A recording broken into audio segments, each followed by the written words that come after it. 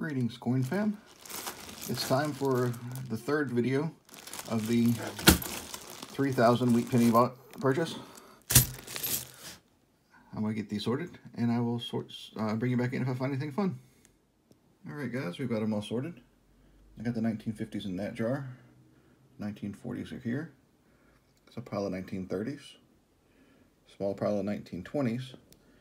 And I had about 6 or so from the teens, including 2 from 1919 San Francisco, 1 from 1919 Philadelphia, 1 1917 Denver, a 1916 Philadelphia, and probably my favorite one, a 1913 from Denver.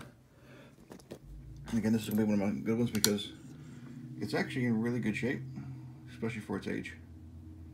And in my collection, we don't have one.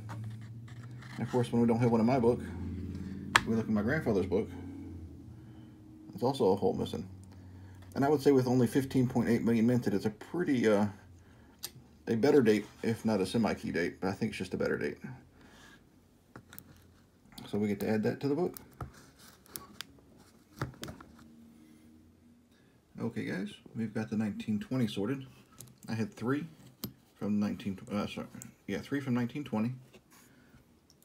I had 1 from 1926 Philadelphia. 1 from 1927 Denver. 2 from 1928 Philadelphia. 1 from 1929 Philadelphia. And 2 from 1929 Denver. And I've checked these against the book and the album. And the 1929 Denver has a hole in it. We need to fill that one up. I went ahead and looked at my grandfather's book. It's got a hole too. So we have 2 1929 Denvers and 2 places to put them. Let me get those plugged in. I'll tube up all these 1920s. Then I'll get the 30 sorted for us. Alright guys, we got the 1930 sorted. We had 2 from 1930. Then nothing else until we get to 1934. That's Philadelphia. 35 Philadelphias. 36. 37. A couple in 38. And a few from 39. All Philadelphias. Some of the better finds, we had a 1939S. A 1936S. And a 1935 Denver. I compared all these to the album, and 1936S has a spot to go. In my book, we have an empty hole from 1936S. So, of course, I always double check my grandfather's, and he has a hole there, too. So, we're going to add it to the grandfather's book. I'll get the rest of them tubed up. And I'll sort the 40s and bring you back in. Alright, guys, we got the 40s all sorted. Everything up at the top here are extra Philadelphia mints from the 1940s, 41, and 42. It's also extras from 44, 45, and 46. I have the entire Philadelphia mint set, which is 57, 58, 59, and one that all coin collectors seem to like, the 1943. This one's special because at the end of World War II, we started running out of copper. The mint still needed to produce coins, but they didn't have any copper to do pennies with. So they used what they could find and actually used steel. So all your 1943s, except for a few very, very rare and very valuable cases, are made out of steel.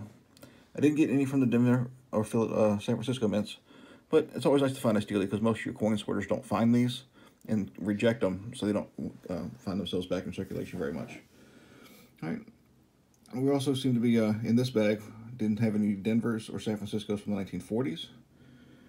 And, of course, we didn't have any San Franciscos from 1948. But all the others are accounted for. So overall, a pretty good set.